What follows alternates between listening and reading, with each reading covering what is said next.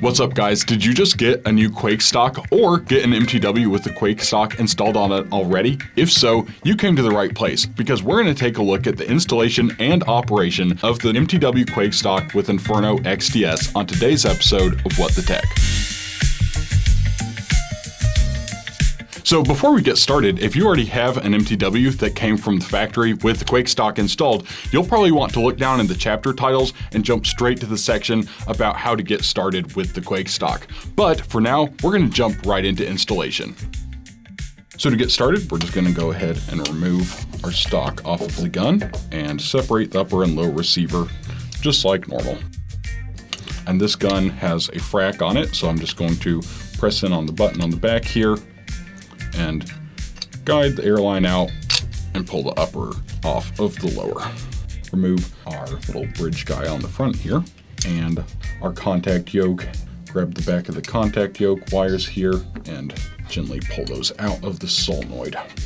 And now we should be able to slide our Gen 2 engine right out the back. So at this point, if you got the upgrade kit, your new XDS engine will look something like this, and all you would want to do is pull the valve right out the back of your Gen 2 Inferno, and then carefully insert that and just thread it back into the back of the XDS. Before we go any further, one thing that you'll also want to check on the side of your engine here, you'll have two engravings. The one on the right side says air in, and the one on the left side here says recoil out. So one thing that you'll want to check is that your recoil out port doesn't already have a plug in it. If it does have a plug in it, you'll want to take a 3/32 hex key and just screw that guy out the back here before we install our airline for the Quake. We can go ahead and install our little mini grip line here for the Quake. We'll want to make sure that we install that on the recoil outside and not on the air inside. You'll want to take a 1/4-inch wrench, just gently snug that down. You don't have to go crazy. And the next thing you'll want to do is get your hardpoint adapter for the Quake here. We'll just go ahead, thread that onto the other end of your airline. Again, we'll take the 1/4-inch wrench and we'll snug that down as well as we can. If you look at the engine while it's laying on its side, like this, one thing that we'll want to do is make sure that the hardpoint, the notch in it here, aligns with the flat on the bottom. So what you can do once you have your fittings attached is I'll just go ahead and rotate this around in the direction that would tighten the barbs. If I turn it counterclockwise, I could end up loosening them. So what I'll want to do is just find the flat side here and rotate this around just like that so that the notch and the relief for the airline here just kind of line up nice and straight. So at this point, you might be thinking that you can just go ahead and grab the frac airline off of your Gen 2 that you pulled out of your upper receiver. We're actually going to need a new length frac line for any XDS engines that go in an M4 receiver set.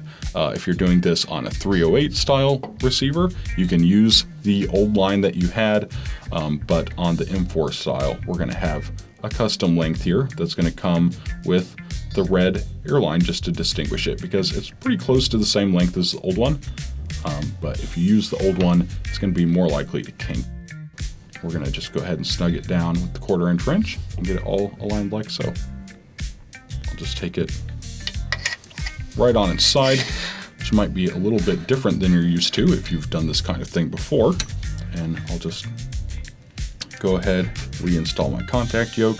This might be a little bit tight, and I want to just gently guide these airlines out of the way so that I can plug it in. And then we'll just go ahead and make sure the hop up is aligned so it can go into the slot on the feed tube. And just being sure not to pinch any wires or anything like that. We can just guide this all back up into the upper, making sure that the slot on the engine is aligned with the little tabs on the upper, and we can just take the bridge guy and snap him right down in.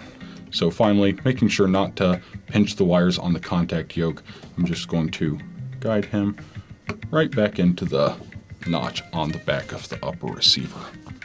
So for the rest of this video, we're going to be doing the install with a frac. But if you don't have one or don't want to run one, we'll take a quick look at running with a normal airline. Due to space constraints and how small an M4 style receiver is, with a standard airline, we're not going to be able to run it out the grip like you might be used to. You can see that the airline just gets kinked, and we're not going to be able to install it this way. Now on a 308 platform, this isn't going to be an issue, but it will be on the M4. So we're going to run it out the back. The easiest way to do this is take a sling plate with a standard QD point on the back like this one. We can just run our airline out underneath the hard point like so and install it just like you'd expect. So I'm going to start by removing the castle nut. Sometimes these can be kind of tight, but you should be able to get that off without too much trouble. Next, I'm just going to guide the frac towards the back here to remove the little indexing tab from the back of the lower, and then we can just go ahead and unscrew the old buffer tube from the lower receiver. And at this point, we can just reinstall all of this onto the Quake stock. So we'll put the castle nut on, making sure that the side with the 4 little notches goes towards the back, so we can actually tighten it back down with our wrench again. We'll just thread that all the way on. And then we'll install our frac. First, we'll put this guy on. You'll notice that the Quake has some different positions here, but we'll want to just make sure that the notch on the frac adapter goes into the notch that's aligned on the bottom with the bottom rail for your stock. Just like that. And then we'll go ahead and install the frac the exact same way. So now we'll take our stock assembly here and just carefully screw that into the back of the lower. And we'll want to make sure that we don't tighten it in too far so that the back of the stock extends past this surface here on the lower receiver. So I have it threaded in a little too far, so I'm just going to back it off 1 turn, slide the frac back into the lower receiver, and then we can tighten our castle nut back down by hand. At this point, we can just grab our armor's wrench again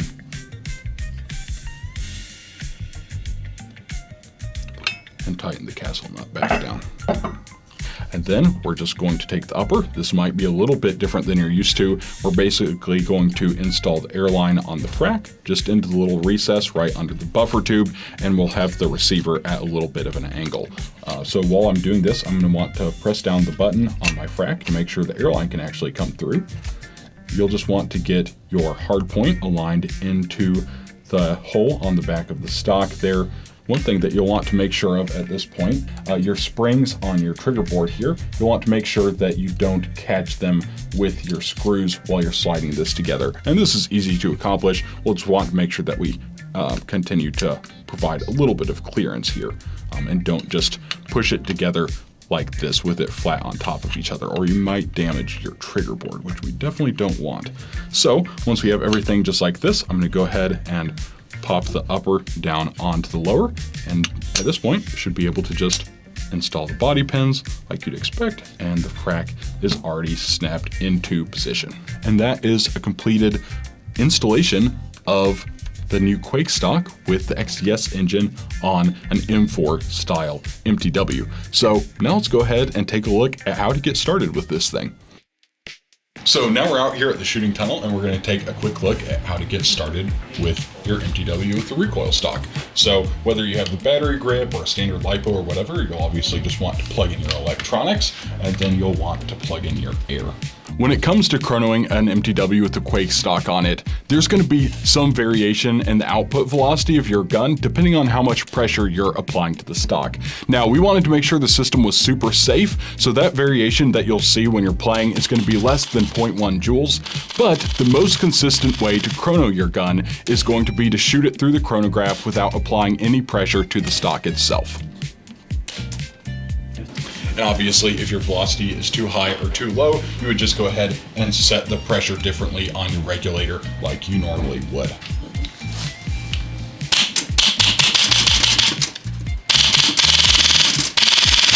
One thing you may want to know about the Recoil stock is that if you don't have the dwell tuned correctly on your electronics, you may realize that your stock doesn't feel as crisp.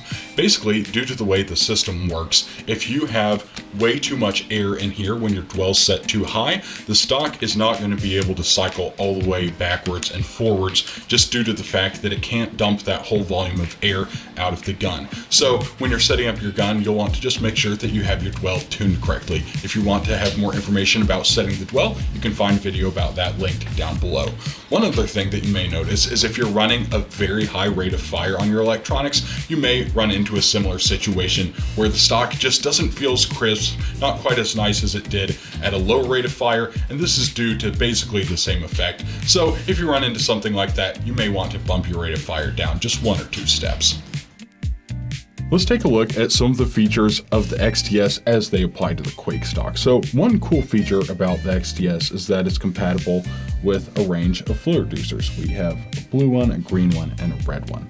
The Quake stock by nature is going to feel better as far as the recoil goes at a higher pressure, but as many of you know, most fields out there have a joule requirement for your field, and you won't be able to run a high pressure on your field without being over your joule limits. So what the flow reducers do is allow you to run higher pressure to your stock, but reduce the velocity of the gun itself. So kind of a broad way to look at it is that the blue flow reducer will probably end up around a 50% reduction in velocity compared to completely unrestricted. The green one will be somewhere around a 25% reduction, and the red one will be about a 5 to 10% reduction. So what I would recommend is that once you find the pressure that you're happy with running your recoil stock at, you can kind of play around with the flow reducers and see which one gives you the right joule setting for where you want to be on your field. So let's go ahead and take a look at how to install the flow reducers. So we'll just disassemble the cylinder from the valve housing by rotating it counterclockwise. And you'll want to make sure not to lose your spring. At this point, you can just go ahead and tap your nozzle. It should come right out. And then the flow reducers are super easy to install. You'll notice that there is an orientation to them. There's a wide end and a tapered end. So we'll put the flat side up and drop the flow reducer down into the nozzle in this orientation. It can be helpful to have a little tool that you can use to get your flow reducer flat and just pressed right down into the location there. So now to reinstall everything, we'll put this little assembly back inside the cylinder. We'll want to keep it with the backside face up like this so that it doesn't fall out. Then we can take our spring, just drop it right into the center of the nozzle like so. We'll take our valve housing, make sure that you install the spring into the recess on the front of the valve housing, and then we'll just gently screw it all the way back together. So one more feature that we're going to go over is this small little set screw. So if you, for any reason, decide that you want to run your gun without the recoil being active for an event, all you'll need to do to make that happen would be to remove your hardpoint adapter from your recoil out port. Take that screw, be careful not to cross thread it. You'll need a 3/32 hex key to install this guy, and you'll just want to take him and snug him down pretty good, but you don't need to over tighten it. And that will just allow you to run your engine without the recoil stock.